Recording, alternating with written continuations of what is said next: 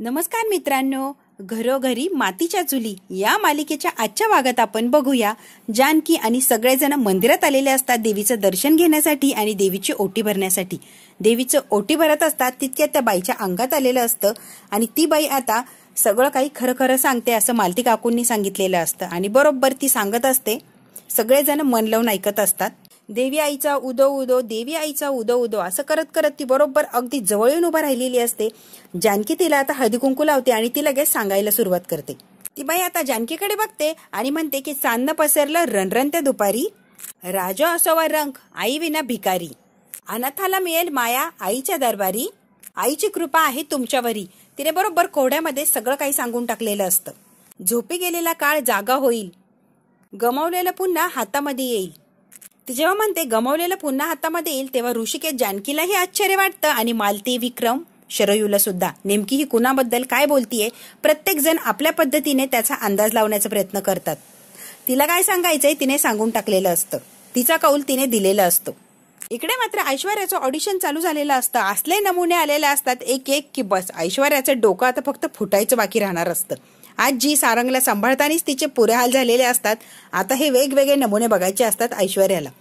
एक पहिला नमुना येतो, मॅडम तुम्हाला कसलं प्रोफाईल हवंय, डावं की उजवं, कसं हवंय तुम्ही सांगा म्हणजे तसं प्रोफाईल देते. ऐश्वर्या तिच्या हरकत बघून म्हणते, अगं बाई उजवं डावं सोड आणि मी काय सांगते ना तेवढंच ऐक. तुला जे लाईन सांगते ना अगदी सरळ साध्या तुझ्या भाषेत बोलून दाखवायच्या, कळेल का? हो हो मॅडम मी सगळं करू शकते.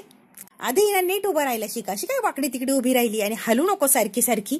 त्याने कॅमेरा सुद्धा हल्ला जातो. अगदी सरळ उभी राहा आणि सरळ भाषेत मी जे वाक्य देते तेवढं सरळ सरळ बोलायचं, कळालं का? वाकडी तिकडी बोलू नको आणि वाकडी तिकडी हलवू सुद्धा नकोस. सगळं कॅमेरा हलतोय त्यामुळे सगळं काही बिघडतंय. ती बाई म्हणते तोंडीच बोलणार आहे का? स्क्रिप्ट वगैरे नाही का? स्क्रिप्ट रायटर नाही का तुमच्याकडे? असं काय प्रोडक्शन तुमचं? स्क्रिप्ट वगैरे असली म्हणजे मला जरा इंटरेस्ट होतो काम करायला. असला ऍटिट्यूड दाखवत असते. आजी म्हणते शांत उभी राहा की, काय सारखी सारखी हलतीये ग? हा कॅमेरा सुद्धा हलवायला लागतोय मला, जरा शांत उभी राहा की. ऐश्वर्या म्हणते आजी तुम्ही तरी कशाला कॅमेरा हलवता? अगं ती हलती ना, तिला हलू दे की, तुम्ही हलू नका ना. आणि तो कॅमेरा ठेवा आणि बाजूला व्हा तुम्ही आधी. आता आजी बाजूला झालेली असते. ऐश्वर्याला सारंगलाही वळायचं असतं, आजीलाही, आणि जे समोर ऑडिशन द्यायला यायचं त्याला सुद्धा, तिघांनाही डोकं लावायचं असतं ऐश्वर्याला. तिच्या समोर सगळी वेड्यांची जत्रा असती. आणि तू ग सुलेखा कपूर नाव आहे माझं, ए ग तू नाही म्हणायचं मला. ऐश्वर्या म्हणते तू ग ऐक आता, ती लाईन व्यवस्थित बोलून दाखव. आणि तिला जेव्हा लाईन दिलेली असती बोलायला ती सरळ सरळ बोलायची सोडून डायरेक्ट गाण्यातच सुरुवात केलेली असते तिने म्हणायला. ऋषिकेश माझ्या बाळा, पार्वती मी तुझी आई, हे सरळ सरळ बोलून दाखवायचे, कळतंय का? तिने असा सूर लावलेला असतो आणि गाण्यामध्ये बोलत असते.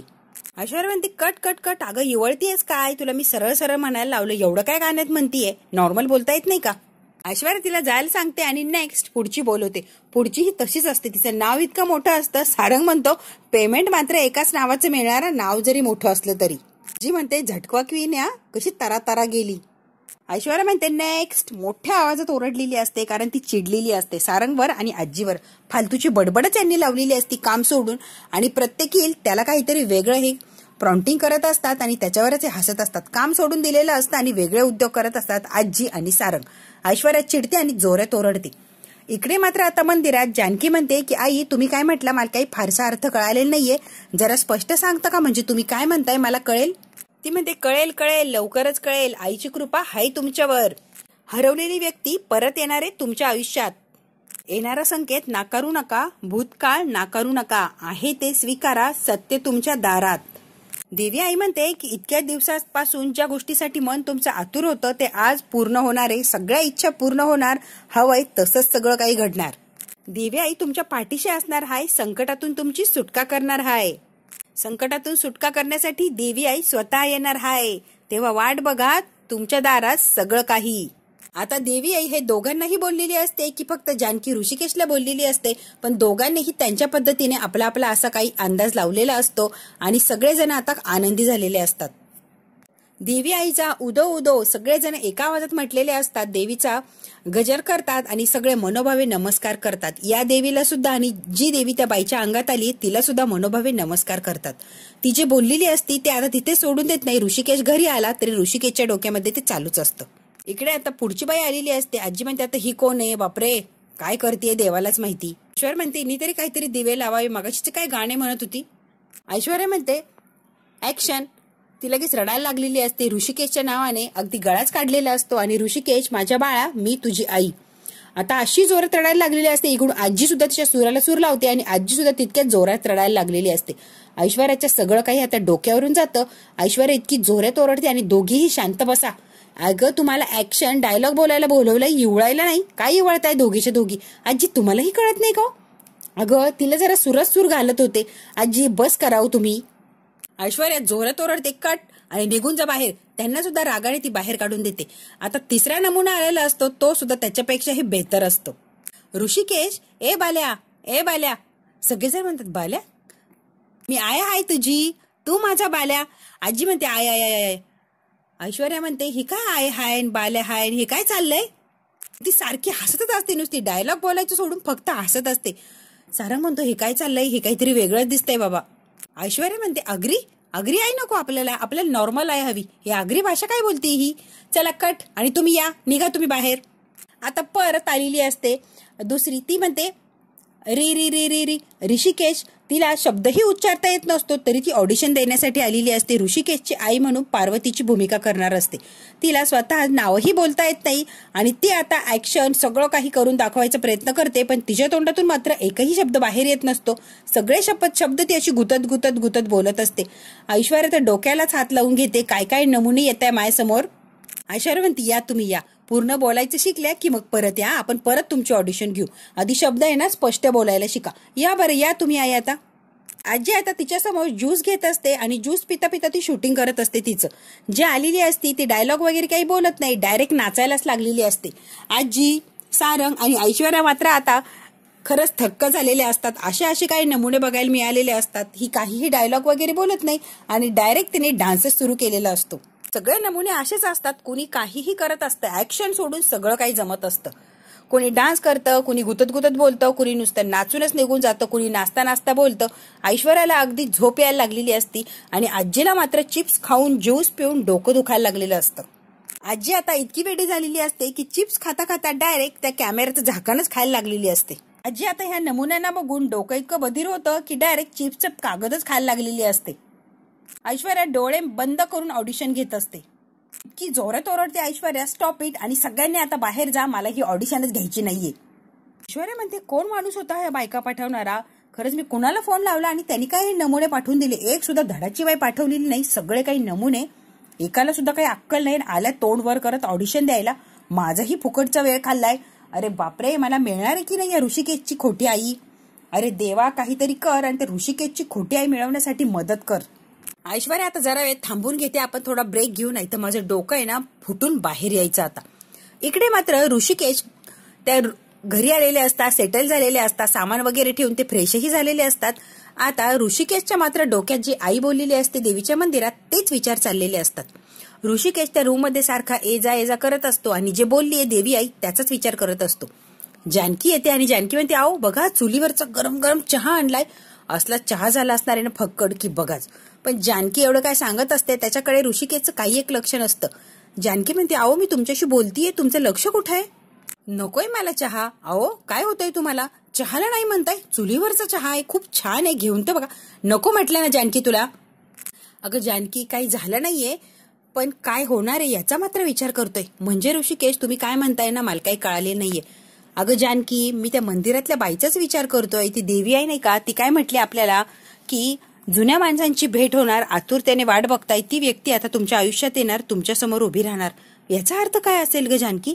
जानकी म्हणते हे बघा ती काय म्हटली नीटसं मलाही कळालं नाही, पण तिच्या बोलण्याचा मी सुद्धा विचार करतेय बरं. मला काही अर्थ लागला नाही, पण ती नेमकी आपल्यालाच असं का म्हटली हा विचार माझ्या सुद्धा मनात आलाय. ऋषिकेश म्हणतो जानकी अशा लोकांना पुढे काय होणार हे माहिती असतं म्हणे आणि यांना आधीच संकेत लागलेला असतो पुढे काय घडणार आहे, म्हणून तर हे आपल्याला येऊन आधी सांगण्याचा प्रयत्न करतात किंवा सावध करण्याचा प्रयत्न करतात. जानकी म्हणते ऋषिकेश मी ऐकलंय ते खरं आहे, पण हे बघा ती जे बोलली आहे ना त्याचा सुद्धा मला काही उलगाडा झाला नाही आणि तिच्या बोलण्याचा काही स्पष्ट मला अर्थही अजूनही कळालेला नाहीये. मी सुद्धा तुमच्या इतकाच विचार करतेय आणि अर्थ लावण्याचा प्रयत्न करतेय, पण मला काही अर्थ लागलाच नाही हो. ऋषिकेश त्यांचं म्हणणं अगदी खरं आणि 100% खरं होत असतं हे सुद्धा मी ऐकलंय या. ऋषिकेश म्हणतो जानकी हे कसं खरंय? हो ऋषिकेश ते जे बोलतात ते खरंच होत असतं. आतापर्यंत जसं ऐकलंय आणि खूप लोकांना तसा अनुभव सुद्धा आलाय. त्या ज्या काही बोलल्या तर ती सत्य घटना होत असते. जानकी, माझी आई या जगात आहे का? पार्वती आई जगात नाहीये. अहो असं काय म्हणताय? सुमित्रा आई तर आहे ना. अगं माझी सुमित्रा आई आहे, पण पार्वती आई मेली आहे ना. अगं सुमित्रा आई माझीच आई आहे आणि तिची जागा तर कोणी घेऊ शकत नाही. पण ती बाई काय म्हटली ऐकलंय का? इतक्या वर्ष आतुरतेने ज्या गोष्टीची वाट बघत होता, मनामध्ये आठवण साठून ठेवली होती, ती आता तुमच्या समोर येणार. तुम्हाला हवंय ते तुम्हाला मिळणार. हरवलेला माणूस परत येणार आहे असं म्हटली ती आणि सारखं सारखं तेच म्हणत होती. हरवलेली व्यक्ती तुमच्या समोर येणार. तिच्या म्हणण्याचा अर्थ काय असेल ग? तू विचार कर ना, सुमित्रा आई हरवली आहे का? ती आपल्या सोबत आपल्या घरातच आहे ना. मग ती कुठे हरवली आहे? हरवली ती माझी पार्वती आई. तिच्याबद्दल बोलत असेल का ती? पार्वती आई परत येणार असेल का? जानकी, माझ्या डोक्यात नको नको ते प्रश्न यायला लागलेत ग. आणि हे बघ, ही साधी सुद्धी सोपी दिसते तशी गोष्ट नाही. सकाळी सुद्धा रॉंग नंबरवरून मला जो फोन आला, तिने सुद्धा पार्वतीचंच नाव घेतलं आणि पार्वती आहे का डायरेक्ट मलाच कसं विचारलं. हा योगायोग असेल की हे सत्य घटना किंवा कुणी मुद्दाम करत असेल? मला आहे ना इतक्या डोक्यात शंका यायला लागलाय ना जानकी, मला काही सुचतच नाहीये.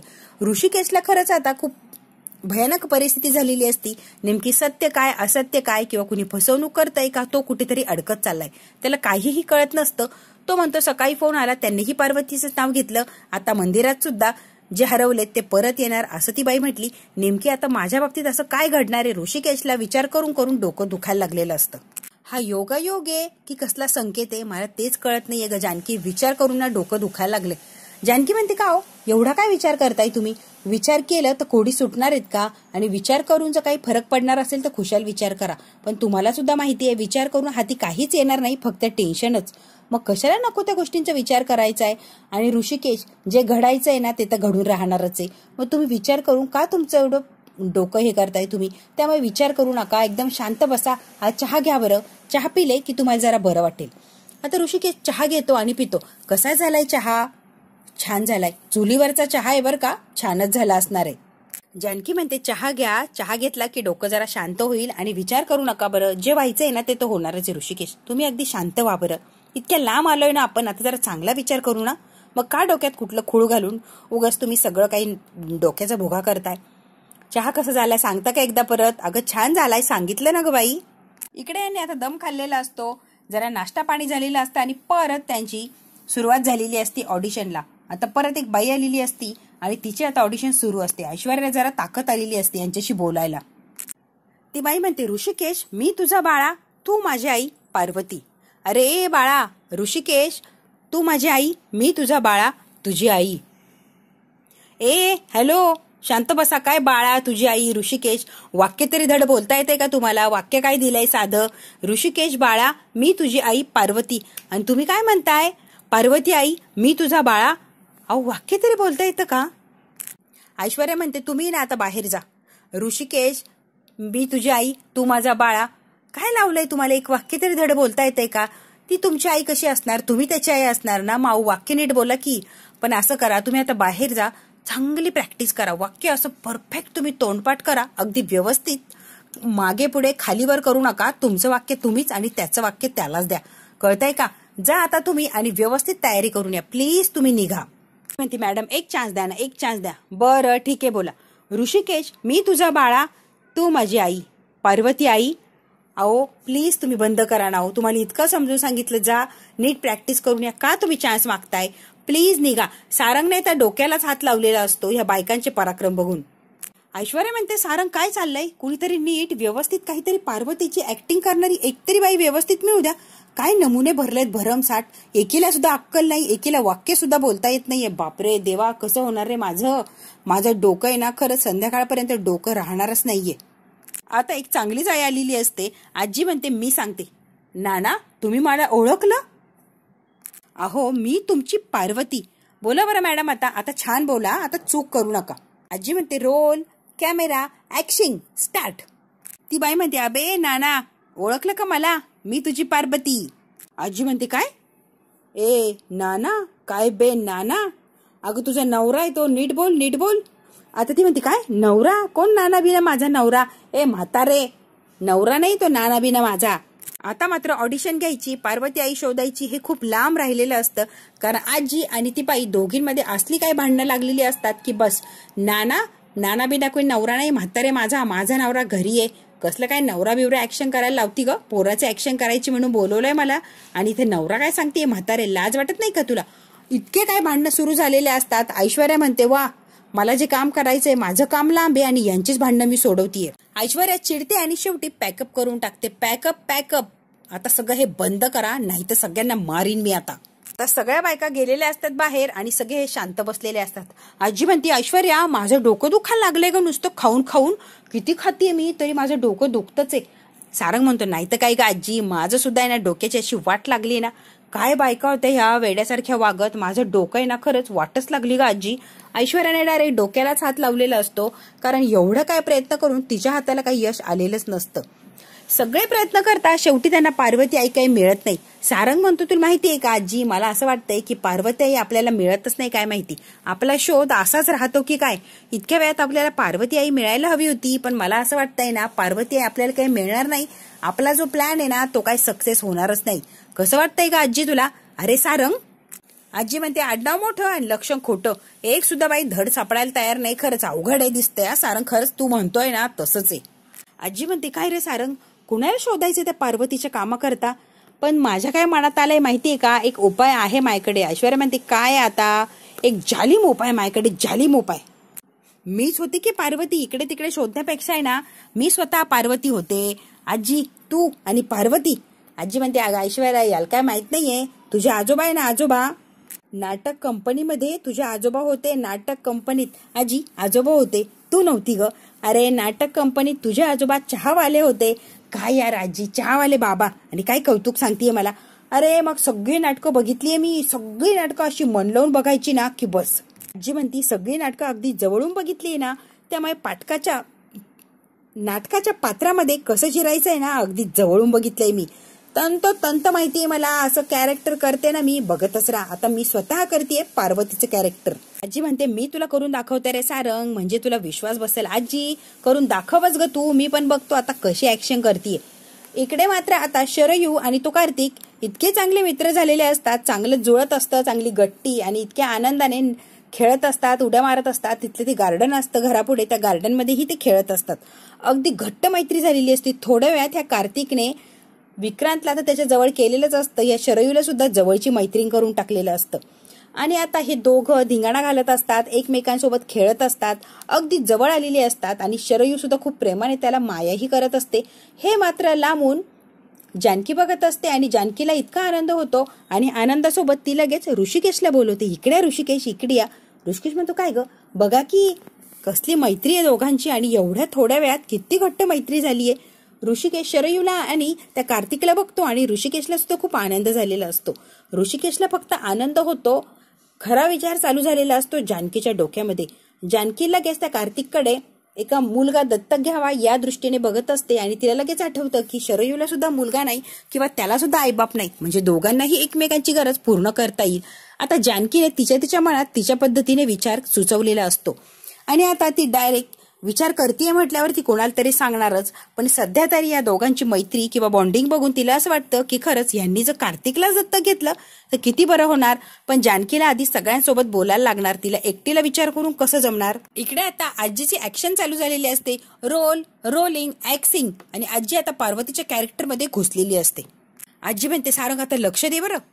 ऋषिकेश, बाळा, मी तुझी आई, पार्वती आई, तू माझा बाळा. सारंग म्हणतो, अजय एकदम रिअल वाटलं ग, काय ऍक्टिंग केली आहे तू. बरोबर ऋषिकेशची आई पार्वती, परफेक्ट ऍक्टिंग केली अजय. खरंच क्वालिटी आहे तुझ्यामध्ये, काय ऍक्टिंग करते तू, मी म्हटले होते ना तुला. ऐश्वर्या, तुम्हाला सांगू का, ऋषिकेश दादाच्या डोळ्यातून पाणी बाहेर येईल अशी पार्वती बघून खरं आई भेटल्यासारखी वाटणार आहे. आजी म्हणते, सगळं खरं आहे रे सारंग, पण एक अडचण आहे. आता काय अडचण आहे बरं आजी, परफेक्ट कॅरेक्टर जमते म्हणल्यावर काय अडचण आहे. अरे मी करणार पार्वतीचा रोल, मग आजीचा रोल करण्यासाठी आपल्याला परत ऑडिशन घ्यायला लागणार आणि कोणाला तरी आजीच्या रोलसाठी कास्ट करायला लागणार. कसं वाटतंय ऐश्वर्या, आता आजीच्या रोलसाठी घे बरं ऑडिशन. अगं ऐश्वर्या, काय वाटतंय तुला. ऐश्वर्या म्हणते, मला असं वाटतं मी सुद्धा पार्वतीसोबत वर गेली असती ना तर बरं झालं असतं. आजी म्हणते, आता कसं बरोबर बोलली. सारं म्हणतो, आजी अरे तसं नव्हतं म्हणायचं मला असं वाटतंय ना आजी की त्या पार्वतीच्या फोटो जवळ माझा फोटो लावा आणि त्याला हार घाला. आत्ता कशी बरोबर बोलली. आजी काय बोलताय, कळतंय का तुम्हाला? माझी बायको आहे त्या ऐश्वर्या, असं बोलू नका त्यांच्याबद्दल. अरे अगदी सहज म्हटले, मला काय माहिती रे. मी तिला म्हटलं की पार्वतीच्या रोलसाठी एखादी बाई बघ, तर ती नाही, आता नाहीये ना पार्वतीच्या रोलसाठी, तर मी पार्वती होते, मग आजीच्या रोलसाठी एखादी बाई बघ. तर ती बघ ना कसं बोलतीये सारंग. ऐश्वर्या म्हणते, सारंग आजीवर ओरडू नका, माझा पिच्छा सुटला असता तुमच्या सगळ्यांकडून. काय डोक्याचं भरीत केलंय, बाहेरचे तर येडे ते येडे, तुम्ही सुद्धा येडे राव. मा डोक्याचा आहे ना भोगा केलाय तुम्ही. माझा आहे ना पिच्छा सुटला असता खरंच त्या पार्वती सोबत जो वर गेली असती तर. ऐश्वर्या असं बोलू नका ना, असं बोलू नका बरं, मला वाईट वाटतं ना. सारंग म्हणतो, ऐश्वर्या आता काय करायचं? आजी म्हणते, हो ना काय करायचं. आजी तू जरा गप राहती का, तू जरा शांत बस. ऐश्वर्या इतक्या बायका बघितल्या, इतक्या बायकांची ऑडिशन घेतली, एकीला सुद्धा धड बोलता येत नाही, काम तर लांब राहिलं. आता करायचं काय, आपल्याला पार्वती मिळणार आहे की नाही. आजी म्हणते, कसले काय आणले होते ग, एकाला तरी धडे येत होतं, काही काही घेऊन चालते ऐश्वर्या. आजी चांगले आर्टिस्ट बोलवायला चांगले पैसे सुद्धा द्यायला लागतात. कुठून द्यायचे त्यांना चांगले पैसे भरमसाठ? तुमची काय कवटी विकायची की किडनी? काय म्हटली? मग पैसा कुठे? आपण दुसऱ्याच्या जीवावर जगतोय, आपल्याकडे स्वतःचे 1 रुपया नाहीये, दुसऱ्याच्या जीवावर भाकरी खातो, आणि आता चांगला आर्टिस्ट बोलून चांगला पैसा कुठून द्यायचा? काही कळतं का आजी? तितक्यात बेल वाजते. ऐश्वर्या म्हणते, कोणीतरी चांगला ऍक्टर असावी गड्या, आता तरी माझा पार्वतीचा शो शेवटी संपावा. आता सारंग पळत पळत जातो आणि दार उघडतो. दार उघडल्यावर समोर काय, सौमित्र आणि अवंतिका आलेली असतात. अरे बापरे, ह्या तिघांना आता असला काय धक्का बसतो. आणि सौमित्र म्हणतो, काय रे, आम्हाला बघून धक्का काय बसला, असं काय कुठाने करत होते की आम्ही आल्यामुळे तुम्ही घाबरले? नाही नाही, कुठे काय नव्हतं करत. आजी म्हणते, नाही नाही काही नव्हतं करत. ऋषिकेश जरा आतमध्ये येतो, काय चाललं होतं नेमकी?